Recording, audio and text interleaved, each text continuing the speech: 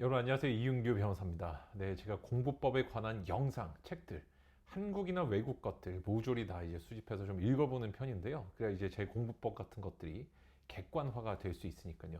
근데 굉장히 재밌는 걸 제가 하나 발견을 했어요. 제가 이제 어느 순간 저도 이제 뭔가 책을 읽다 보면 분석하고 좀 정리하는 습관이 생겼는데, 제가 중요하다고 생각하고 강조하는 것들과 또 다른 포인트에서 굉장히 많은 공부법 책들이나 영상들이 강조하는 부분들이 조금 결이 다른 부분들이 있더라고요. 그래서 제가 오늘 9가지 정도 것들을 정리해서 모든 영상과 책에서 다루는 것 중에 가장 중요한 9가지 공부의 기술들 소개를 해 드리려고 합니다.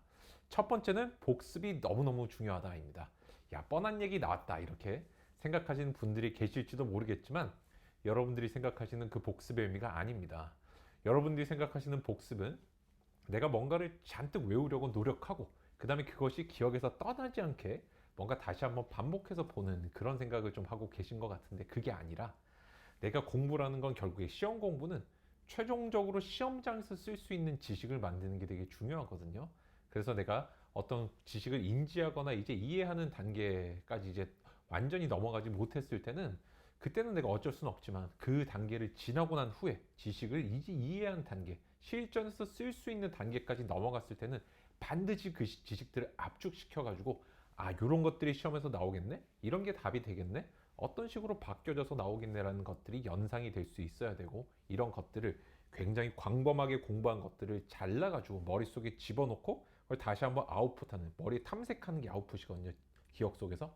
이걸 복습이라고 부르는 거예요. 여러분들처럼 그냥 눈에 바르거나 아니면은 암기한 걸 그냥 통째로 모든 걸 외우려고 아웃풋을 염두에 두지 않고 인풋만을 강조하는 그런 복습은 잘못된 거다. 여기서 중요한 사항을 좀 다시 한번 말씀을 드리고 짚고 넘어가도록 하겠습니다. 두 번째는 여러분들이 목표로부터 현재로 거꾸로 돌아와 계획을 세우는 부분입니다.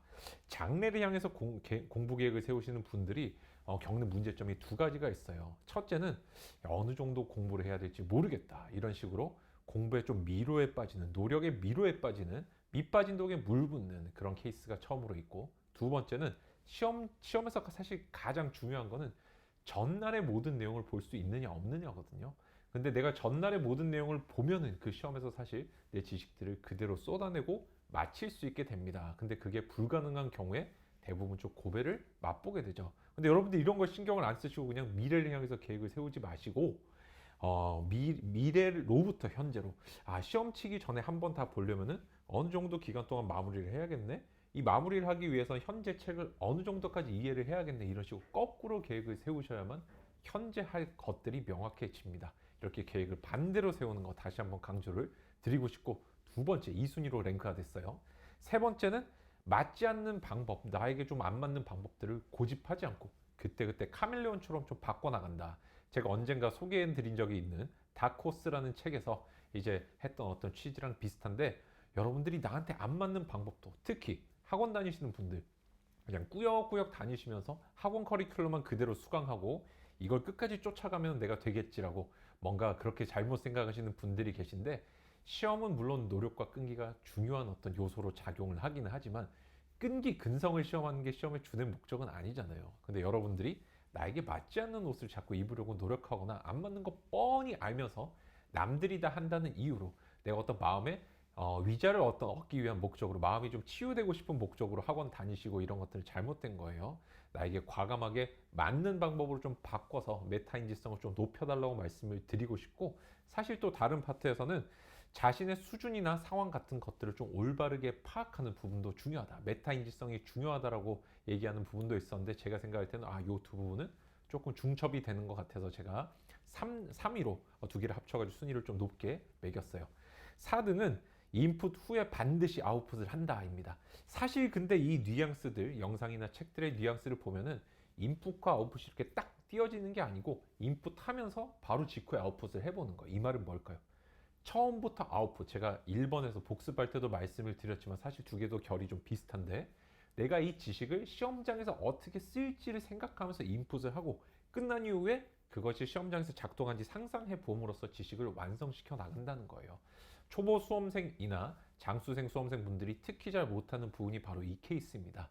자꾸 그냥 인풋만 줄창하고 아웃풋은 뭔가 좀 안중이 없는 상태, 이게 장수생이 되는 지름길 또는 공부법을 모르는 분들이 하는 가장 큰 실수라고 할 수 있겠습니다. 이까지 넘버 4번, 이제 네 번째 랭크였고요. 다섯 번째가 의문이 생기는 부분은 결국에는 해결을 해낸다. 이게 이제 다섯 번째 특징인데, 여러분들께서 보통 의문이 생겨도 몰라도 내가 진도를 나가야 되고 모르는 거 찾다가 시간 나가면 그건 손해야. 에이, 그 정도로 깊이 공부할 필요 없어 라고 잘못 생각하고 계신 분들이 있으신데, 사실 내가 깊이 있게 공부하는 것보다는 넓고 고르고 얕게 공부하는 게 수험에서 성공하기 위한 더 좋은 방법인 건 확실합니다. 그렇지만 내가 이게 시험에 정말 필요하고 남들은 다 이 정도 수준 하는 얕은 정도의 수준을 내가 어렵고 힘들다는 이유로, 그걸 혹시 이건 너무 수준 깊은 공부야, 너무 수준이 높은 공부야, 깊이 있는 공부야 라는 어떤 핑계를 대면서 피하고 있는 것은 아닌지 한번 객관적으로 여러분들의 수준을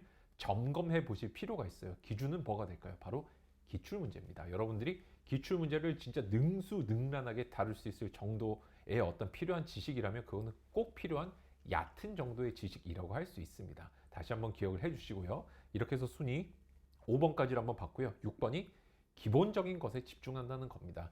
대부분의 시험 문제들은 굉장히 재밌게도 변별력을 좀 내기 위한 부분들이 10에서 15% 정도밖에 되지 않습니다. 그 다음에 나머지 한 5에서 10% 정도는 맞추지 않아도, 굳이 맞히지 않아도 합격하는 경우가 대부분이거든요. 그렇기 때문에 여러분들께서는 실제 50에서 60% 내지는 60에서 70% 정도의 비중을 차지하는 기본적인 문제들, 해마다 출제되거나 또는 경년도로 출제가 되거나 3년이나 4년에 한번 출제되는 문제들, 그 다음에 난이도가 어려운 게 아니라 쉬운 문제에 좀 집중을 해 주셔야 됩니다. 특히나 고득점자들 간의 경제, 내가 수능 만점을 받겠다 이런 경우는 변별력 있는 어려운 문제를 내가 못 풀거나 틀리는 경우보다도 의외로 이런 기본적인 문제에서 나 이번에 실수했어 이런 식으로 해서 점수가 폭락하는, 상대적으로 내가 두세 문제 더 틀리면 진짜 원하는 대학을 못 가는 경우도 있잖아요. 이런 경우가 있으니까 주의를 꼭 좀 해주시기 바래요. 지금까지 순위 6번까지 봤고요. 7번은 충분한 양의 문제를 다룬다 인데, 그 뒤에 사실 숨겨져 있는 어떤 함의들은 뭐냐면 실전 능력을 키우는 거였습니다. 여러분들이 축구를 가지고 한번 생각을 해보시면 좋겠는데, 내가 운동장에서 이렇게 뭐 드리블 연습하고 패스 연습하고 주고받고 연습하는 게 중요한 게 아니라 실제 내가 잔디 구장에서 실제랑 똑같이 한번 미니게임을 해보는지 진짜 게임을 해보는 게 정말 중요하겠죠.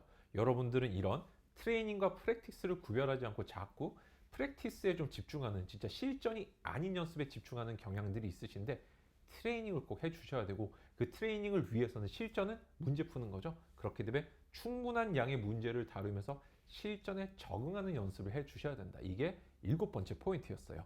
8번째 포인트는 공부의 일정한 흐름과 루틴을 짜놓고 거기에 수능을 한다. 내가 사실 뇌를 굉장히 많이 쓰고 머리를 쓰는 게 공부잖아요. 그죠? 근데 몸이 습관화가 된다. 이거를 자동화, 절차화라는 개념으로 이제 미국에서 쓰고 있는데, 서양에서는 이런 식으로 내가 몸이 자연스럽게 할 수 있는 상태를 만들면 뇌의 용량이 하나 더 생깁니다. 굳이 내가 머리로 생각하지 않아도 하는 일들이 생기잖아요. 그래서 여러분들께서 이런 식으로 공부의 하나의 흐름을 만들려고 노력을 자꾸 해주셔야 돼요. 어떻게 하면 될까요? 바로 생활을 단순화해 주시면 됩니다. 공부라는 사람에게 있어서 계획이라는 건 정말 쉬워요. 공부랑 먹고 자는 것 빼고는 아무것도 안 하면 되거든요. 변호사님 너무 삶이 팍팍하고 재미가 없지 않나요? 그럼 외로움도 오고 막 우울증에 걸릴 수도 있지 않나요? 여러분들 공부라는 건 여러분의 선택으로 고행을 선택하신 거 아닌가요? 그죠? 그 길을 기꺼이 가시기로 마음을 먹어놓고 이 길이 너무 힘들다라고 도로 되묻는 거는, 내가 마라톤 선수가 되기로 했는데 다리가 너무 아프네, 정말 이거 어떻게 해야 될까?